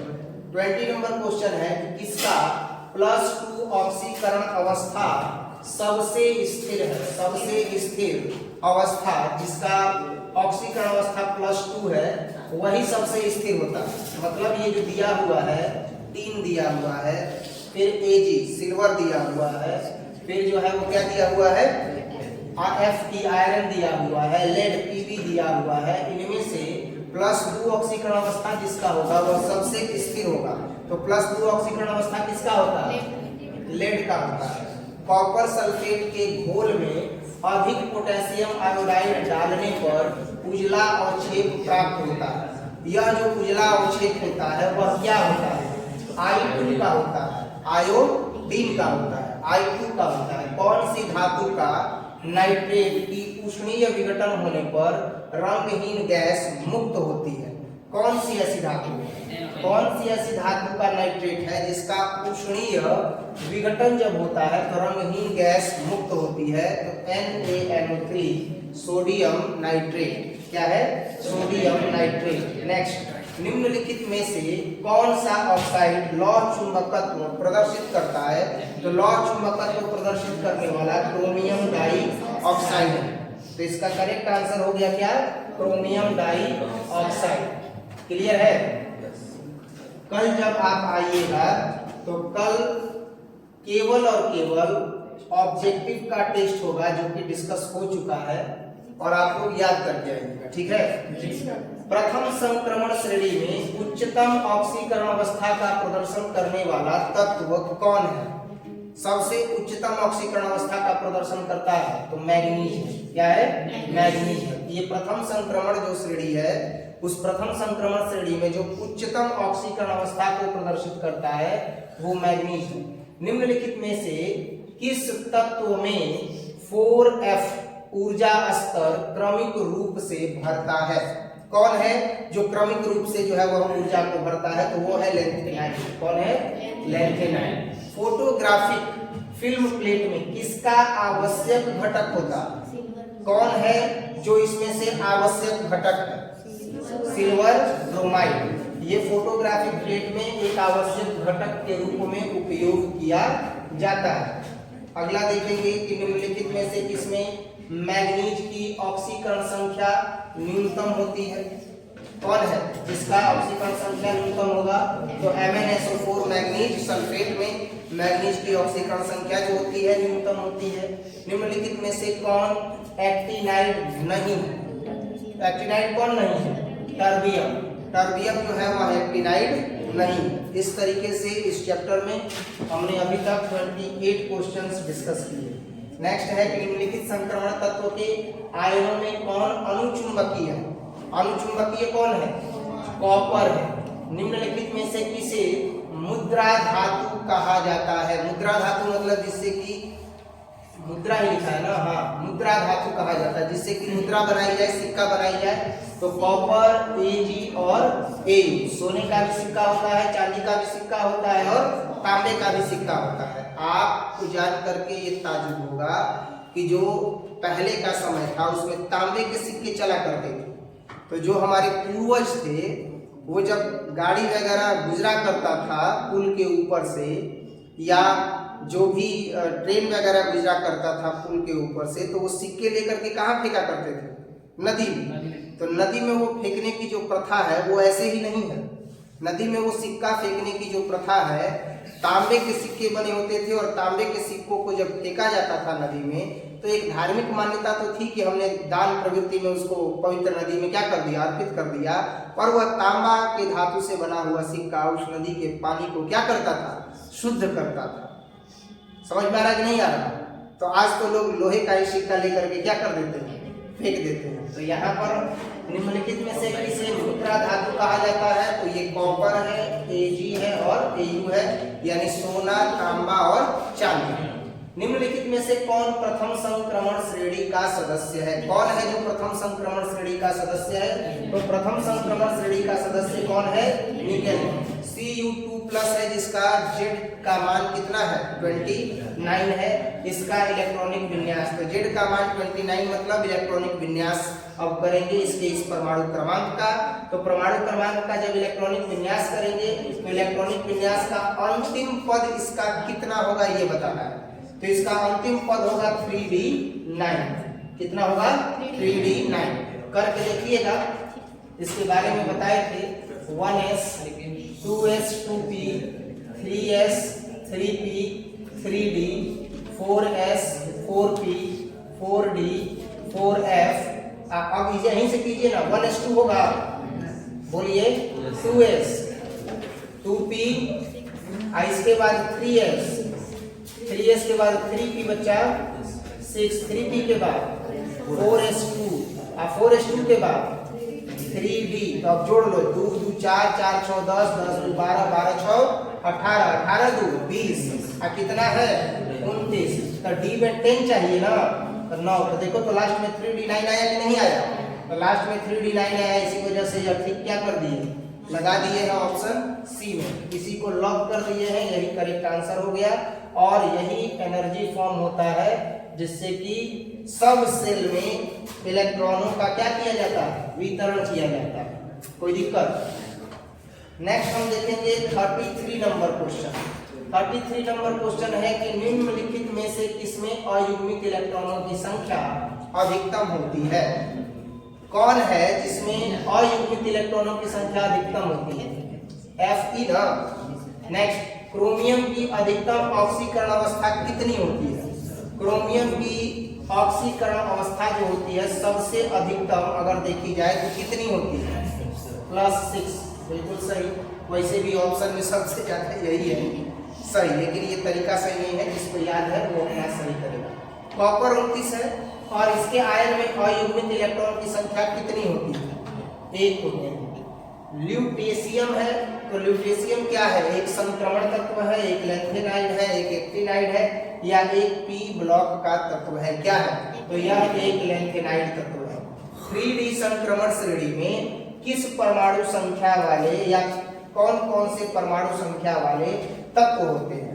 कौन कौन सा परमाणु संख्या वाला तत्व 3D संक्रमण श्रेणी में पाया जाता है? 21 से लेकर के 30 तक। बहुत बढ़िया, 21 से लेकर के 30 तक। आगे बढ़ते हैं, नेक्स्ट देखेंगे 38 नंबर क्वेश्चन कि निम्नलिखित में से कौन आयन प्रतिचुंबकीय है? कौन आयन प्रतिचुंबकीय है?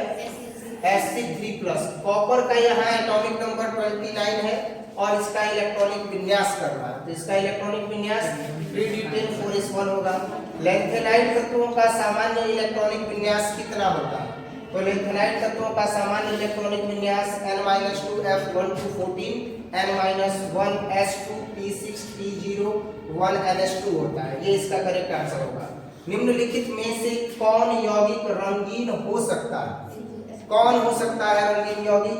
Ag2SO4 हो सकता है, या CuF2 हो सकता है, या Cu2Cl2 हो सकता है, या MgF2 हो सकता है। क्या हो सकता है? CuF2 मतलब कि कॉपर डाइफ्लोराइड। कॉपर डाइफ्लोराइड जो होता है यह क्या होता है? रंगीन होता है। और इस तरीके से हमने इनऑर्गेनिक का 3 चैप्टर जो है वो शूट कर लिया है। अब जो है वो हम लास्ट देखेंगे इनऑर्गेनिक का एक क्वेश्चन या इनऑर्गेनिक के क्वेश्चंस के इस कलेक्शन में, जिसमें हम चैप्टर डिस्कस करेंगे उपसहसंयोजन यौगिक। उपसहसंयोजन यौगिक में सबसे पहला क्वेश्चन यहाँ दिया हुआ है और इस पहले क्वेश्चन को हम लोग डिस्कस करेंगे।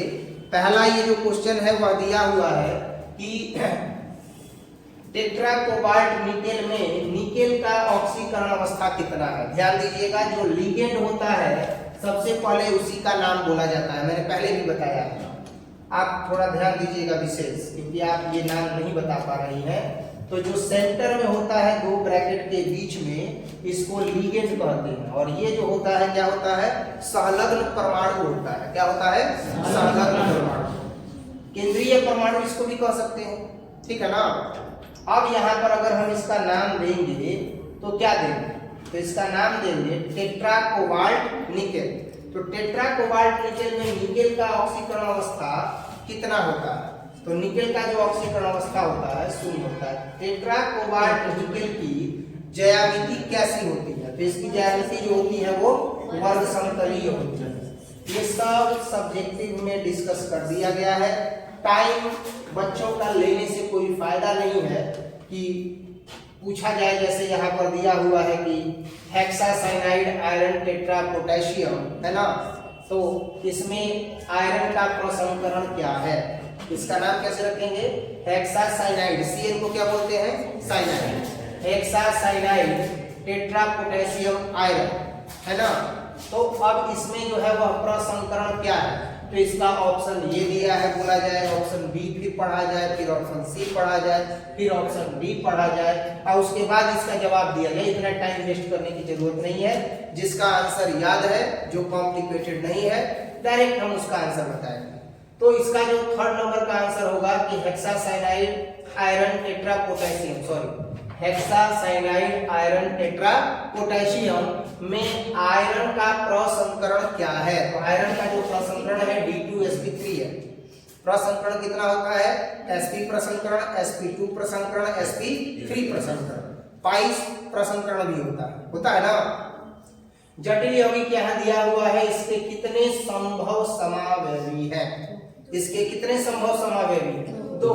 सोडियम, नाम इसका बता देते हैं, एमीन है ना, और ये क्या है? C2O4। तो C2O4 को क्या बोलेंगे? Carbon di tetra oxide. तो इसको क्या बोलेंगे? Di carbon tetra oxide amine cobalt. क्या पढ़ेंगे? ऐसे नहीं पढ़ेंगे। CO C2O4 whole twice NH3 के कितने संभव समावयवी हैं या समावयव है, ऐसे नहीं पढ़ेंगे। क्या पढ़ेंगे? इसको पढ़ेंगे क्या? NH3, तो एमीन पढ़ा जाएगा। यहां से पकड़ेंगे जो बीच सेंटर में, क्या पढ़ेंगे? Di carbon tetra oxide, di carbon tetra oxide amine cobalt के कितने संभव समावयवी है?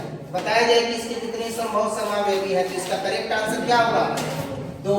सोडियम ऑक्साइड में सोडियम की कोऑर्डिनेशन संख्या कितनी होती है? तो सोडियम की कोऑर्डिनेशन संख्या 8 होती है। नेक्स्ट, निम्न में किसकी आकृति चतुष्फलकीय होती है? कौन है जिसका आकृति चतुष्फलकीय होगा? तो इसका होगा निकेल टेट्राक्लोराइड 2 आयन का, निकेल टेट्राक्लोराइड 2 आयन का। क्लियर है? नेक्स्ट जो है हम देखेंगे क्वेश्चन नंबर 7। थोड़ा सा बच्चों को जब भी बताया जाता है तो फॉर्मूला का एक्सप्लेनेशन करके बताया जाता है, ना कि ABCD जैसा पढ़ दिया जाता है। अब जैसे मान लीजिए ऐसे पढ़ देंगे कि K4FeCN6 है, क्या है? तो इसका ऑप्शन है, इसका विकल्प दिया गया है डबल साल्ट, इसका विकल्प दूसरा है जटिल लवण, अम्ल और भस्म। तो इसका करेक्ट आंसर क्या होगा? तो इसका करेक्ट आंसर होगा जटिल लवण। ऐसे नहीं पढ़ना, इसको पढ़ना कैसे है कि हेक्सासाइनाइड टेट्रा पोटेशियम आयरन। क्या पढ़ेंगे? हेक्सासाइनाइड टेट्रा पोटेशियम आयरन। आयरन का ऑक्सीडेशन नंबर पता है तो लिख देंगे। अब ये क्या है? तो ये है जटिल लवण। ये परफेक्ट वे है केमिस्ट्री पढ़ने का। अब यहाँ पर आप देख सकते हैं दिया हुआ है K3CrOX3 में Cr का उप सहसंयोजक संख्या क्या होगा? तो इसको हम ऐसे पढ़ेंगे, इसको पढ़ेंगे क्या? तो X मतलब क्या होता है? हेलोजन होता है ना। तो इसको हम क्या पढ़ेंगे? Tetra oxy halide. टेट्रा कह रहे हैं, 3 है तो ट्राई, 3 है तो क्या पढ़ेंगे? ट्राई। तो पढ़ेंगे ट्राई ऑक्स, क्या पढ़ रहे थे? Try oxy. इसको पढ़ेंगे टेट्रा, X है तो हैलोजन ना, तो X है तो हैलोजन, तो इसको पढ़ेंगे try halogen, try oxy halogen. क्या पढ़ेंगे? Try oxy halogen try potassium chromate. तो इसमें Cr का उप सहसंयोजक संख्या कितना हो जाएगा? तो इसमें Cr का उप सहसंयोजक संख्या होता है 3। कोबाल्ट की प्रभावी परमाणु संख्या, अब ये दिया हुआ है, इसमें कॉम्प्लेक्स आयन में कितनी होगी? तो इसमें जो कॉम्प्लेक्स आयन में कोबाल्ट की परमाणु संख्या होगी वह कितनी होगी? 36 होगी। आगे बढ़ते हैं। अब यहाँ पर दिया हुआ है H2PtCl6 का IUPAC नाम क्या होगा? तो ध्यान दीजिएगा, H2 है तो सबसे पहले इसका नाम क्या हो गया? हाइड्रोजन। 6 है तो क्या हो जाएगा? हेक्सा। Cl है तो क्या हो गया? क्लोरो। Pt है तो क्या हो जाएगा? प्लेटिनम या प्लेटिनेट। तो इसका यही सही आंसर हो जाएगा। तो इसका करेक्ट आंसर होगा ए। निम्नलिखित जटिल यौगिकों में किसका अनुचुंबकीय आघूर्ण सबसे अधिक होता है? कौन है जिसका अनुचुंबकीय आघूर्ण जो है वह सबसे अधिक होगा? तो अनुचुंबकीय आघूर्ण सबसे अधिक होगा, यहीं से शुरुआत करते हैं। Dichlorine hexa aqua iron, dichlorine hexa aqua H2O को क्या बोलते हैं? एक्वा और आयरन। ये इसका करेक्ट आंसर हो जाएगा, कोई दिक्कत?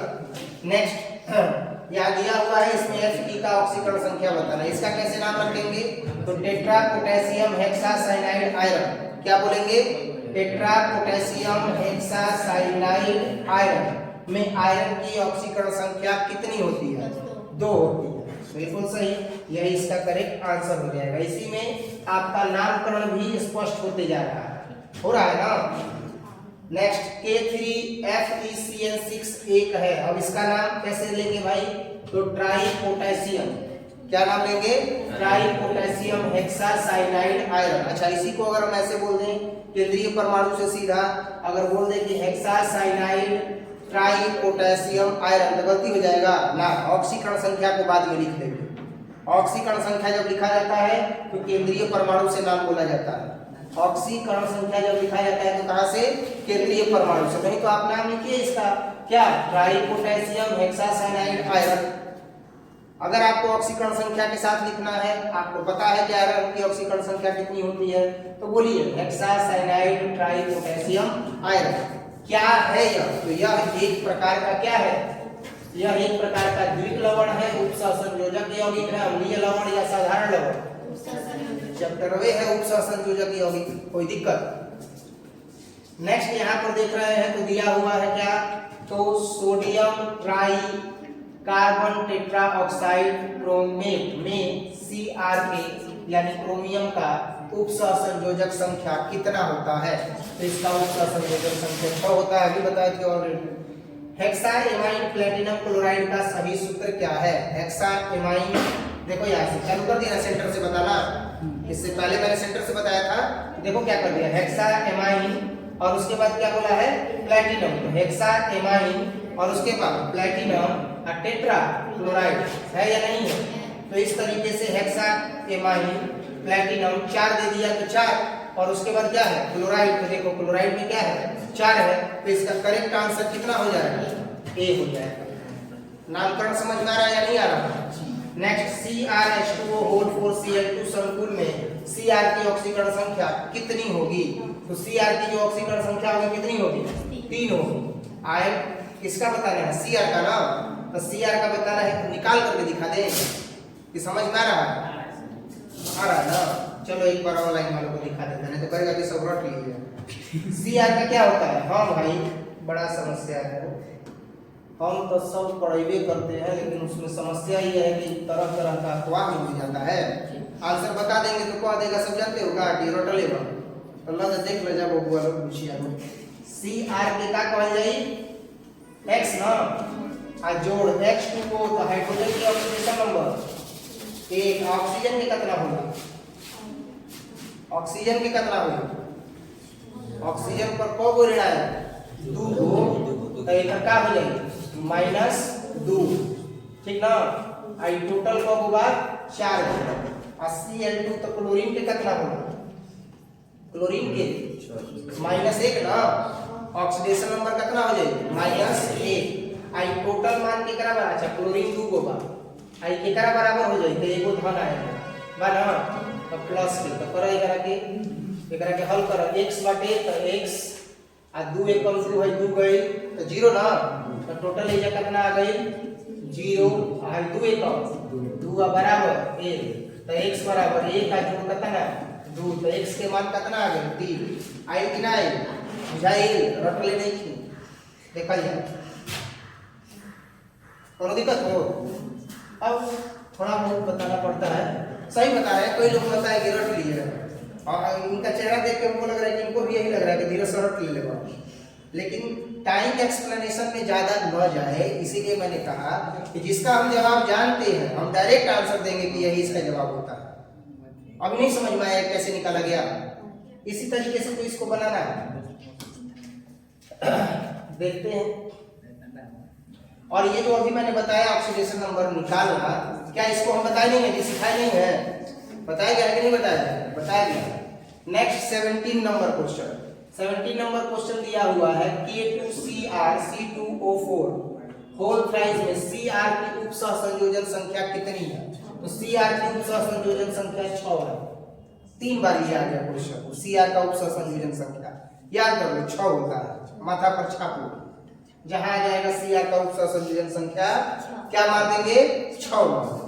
उपसहसंयोजन यौगिक यहाँ पर दिया हुआ है कि टेट्रासाइनाइड है, टेट्रासाइनाइड निकेल टेट्रा पोटेशियम है, तो इसमें निकेल की ऑक्सीकरण अवस्था कितनी होती है?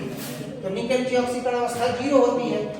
सभी लिगेंड जो होते हैं कैसे होते हैं? तो जितने भी लिगेंड होते हैं वो सब लेविस भस्म होते हैं। निम्नलिखित में कौन अनुचुंबकीय है? तो अनुचुंबकीय मुख्य रूप से कौन है? तो टेट्राक्लोराइड निकेल 2 आयन है। कोई दिक्कत? अगला जो है वो हम देखेंगे क्वेश्चन, और क्वेश्चन होगा 21 क्वेश्चन क्या होगा ध्यान देना कि वह जटिल आयन जिसमें केंद्रीय धातु परमाणु में कोई डी इलेक्ट्रॉन नहीं होता है वो कौन है? तो मुख्य रूप से वह है मैग्नीज टेट्राऑक्साइड। कोई दिक्कत?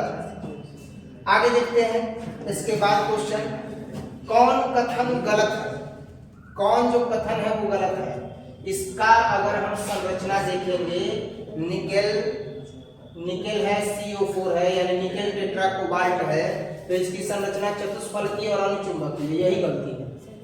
इसकी संरचना जो है वह चतुष्फलकीय और अनुचुंबकीय नहीं होती है, यानी बाकी जो दिया है वो क्या दिया है? सही दिया है। नेक्स्ट, निम्नलिखित में से कौन आयन रंगहीन है? कौन है? कॉपर है, कोबाल्ट है, निकेल है, या आयरन Fe3+ है। कौन है जो रंगहीन है? बताइए। कॉपर ना, कॉपर का कौन रंग है? रंगहीन है। निम्नलिखित में से कौन आयन प्रतिचुंबकीय है? अब प्रतिचुंबकीय जो है वह क्या है? स्कैंडियम है, Sc3+ है। समन्वय यौगिकों के लिए सबसे पहला महत्वपूर्ण सिद्धांत किसने दिया था? कौन थे? वर्नर ने दिया था। कोई दिक्कत? नेक्स्ट जो है हम देखेंगे 26 नंबर क्वेश्चन, और 26 नंबर क्वेश्चन है कि निम्नलिखित में से कौन एक द्विक लवण का उदाहरण है? द्विक लवण का उदाहरण कौन है? निम्नलिखित में से कौन द्विक लवण का उदाहरण है? Potash alum. पोटास एलम जो होता है द्विक लवण का उदाहरण है। निम्नलिखित में से कौन बाइडेंट लिगेंड है? बाइडेंट लिगेंड कौन है? Ethylene diamine. नेक्स्ट यहाँ दिया हुआ है और इसमें पीटी का ऑक्सीकरण संख्या पूछ रहा है। एक बार फिर से बताते हैं कि ऑक्सीकरण संख्या कैसे निकाला जाता है, ताकि जिसको न भी समझ में आया होगा वो समझ जाएगा। पीटी का ऑक्सीकरण संख्या निकालना है तो उसको क्या मान लेंगे बच्चा? x। कोई दिक्कत? प्लस कार्बन का कितना होता है ऑक्सीकरण संख्या? बताया जाए। कार्बन के बाह्यतम कक्षा में कितना? कार्बन की बाह्यतम कक्षा में कितना इलेक्ट्रॉन? 4। आप 6 तो एटॉमिक नंबर ना बता रहे हैं। पहली कक्षा में 2 और दूसरी कक्षा में 4। ठीक है, तो कार्बन का 4 हो गया। 4 हो गया तो इसको चाहिए अभी कितना? 4 अष्टक पूरा करने के लिए। तो 4 चाहिए तो -4 दीजिए। हाइड्रोजन का कितना होता है? 1। है कितना? 4 2। क्लोरीन का कितना है भाई? Cl3 है, तो क्लोरीन का 1 होता है ना, -1। अब में कितना? 3 2 है, और ऊपर ऋणायन है -1, तो ये 1 हो जाएगा। +4 -4 क्या हो गया? 0 -3 -1, तो x बराबर -1 का जोड़ 3, तो x बराबर कितना हो जाएगा? 2 हो जाएगा। तो इसमें जो Pt की ऑक्सीकरण संख्या होगी वह कितनी होगी? 2 होगी। कोई दिक्कत? अब आप सोचिए कि मैंने कार्बन का चार्ज क्यों रखा -4? क्योंकि 4 को है और 4 को लेके अष्टक पूरा करेगा तो लेगा तो ऋणात्मक न होगा कि नहीं होगा? तो हमने दिया यहाँ पर ऋणात्मक। हाइड्रोजन का तो जानते हैं कि H+ होता है, ऑक्सीकरण संख्या जो आयन उसके ऊपर होता है वही ना होता है, तो +1 × 4 कर दिए। ये दोनों एक साथ ब्रैकेट में है, हम भी यहाँ दोनों एक साथ क्या कर दिए? ब्रैकेट में कर दिए। +4 -4 0। उसके बाद बचा कितना? तो ये है क्लोरीन बचा, तो क्लोरीन के ऊपर एगो ऋणायन, तो एगो ऋणायन से 3 गो क्लोरीन है, गुणा कर दिए। इस सब ऊपर आवेश कितना है? माइनस। हमने यहाँ माइनस कर दिया, सॉल्व कर दिया, x का मान 2 आया। ऑक्सीडेशन नंबर कितना दे देंगे? 2 दे देंगे। कोई दिक्कत? जलीय घोल में निम्नलिखित में से किसका मोलर विद्युत चालकत्व सबसे अधिक होता है? कौन है जिसका मोलर विद्युत चालकत्व सबसे अधिक होता है? तो वो होता है हेक्साएमीन प्लेटिनम टेट्राक्लोराइड का, हेक्साएमीन। बार बार कह रहे हैं, इसको ऐसे नहीं पढ़ा जाता है कि PTNH3 होल 6Cl4, ऐसे अगर पढ़ रहे हैं तो गलत है। ये केमिस्ट्री है, यहाँ पर पूरा नाम दिया जाता है, वही सही होता है। तो इसका सही होगा कि PTNH3 होल 6Cl4 पढ़ने के बजाय पढ़े हेक्साएमीन प्लेटिनम टेट्राक्लोराइड। क्या पढ़ेंगे? हेक्साएमीन प्लेटिनम टेट्राक्लोराइड। यही है जिसका उपयोग मोलर विद्युत चालकत्व में सबसे अधिक होता है। कोई दिक्कत? नेक्स्ट, अब यहाँ पर जो दिया हुआ है कि हेक्सासाइनाइड आयरन टेट्रा पोटेशियम का IUPAC नाम, तो इसका IUPAC नाम क्या हो जाएगा? तो देखिए, सबसे पहले जब IUPAC नाम बोलता है शुरू से करते हैं, तो ये क्या है? पोटेशियम, इसके बाद हेक्सासाइनाइड और उसके बाद Fe है तो फिर। कोई दिक्कत? यही इसका करेक्ट आंसर होगा। दैट मींस कि इसका करेक्ट आंसर क्या हो गया? डी हो गया। कोई दिक्कत? नेक्स्ट, यहाँ पर जो दिया हुआ है इसमें निकेल की समन्वय संख्या बतानी है, तो निकेल की समन्वय संख्या कितनी होगी? 6। जटिल आयन है ये और इसकी आकृति होती है, अब ये बोलने से अच्छा है नाम बोल दें, टेट्रासाइनाइड निकेल 2 आयन। तो इसकी आकृति कैसी होती है? तो इसकी जो आकृति होती है वर्ग तलीय होती है। जटिल यौगिक जो है यहाँ दिया हुआ है कि हेक्साएमीन कोबाल्ट ट्राइक्लोराइड, इसका जो है वो IUPAC नाम क्या होगा? IUPAC नाम जैसे ही बोला तो खूब बढ़िया से ना, शुरू से ना। अब इसका जो है वह शुरू से नाम हम लोग देखेंगे, तो शुरू से इसका नाम क्या हो जाएगा? देखा गया। तो इसका IUPAC नाम जब हम देखेंगे, तो इसका IUPAC नाम देखेंगे तो क्या होगा? अब इसका नाम देखेंगे तो सबसे पहले क्या है? हेक्साएमीन कोबाल्ट और क्लोराइड। कोई दिक्कत? कोबाल्ट और 3 है ना, कोबाल्ट और क्लोराइड, यही इसका करेक्ट आंसर हो गया। यही इसका करेक्ट आंसर हो गया, ऑप्शन ए।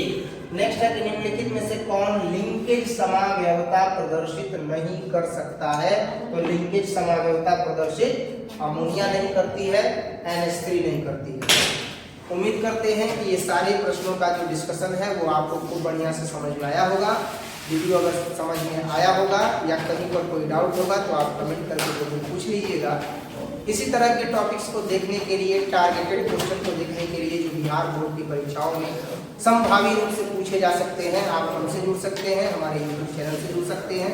और वीडियो अगर अंत तक देखे हैं तो एक लाइक तो बनता है भाई, लाइक दीजिए, ठीक है। सबसे बड़ा गुरु दक्षिणा यही है। इसी तरह के वीडियोस लेकर के हम प्रतिदिन आपके लिए उपलब्ध होते रहेंगे साइंस जंक्शन धीरज सर पर। मिलते हैं अगले क्लास में। Till then take care, bye bye.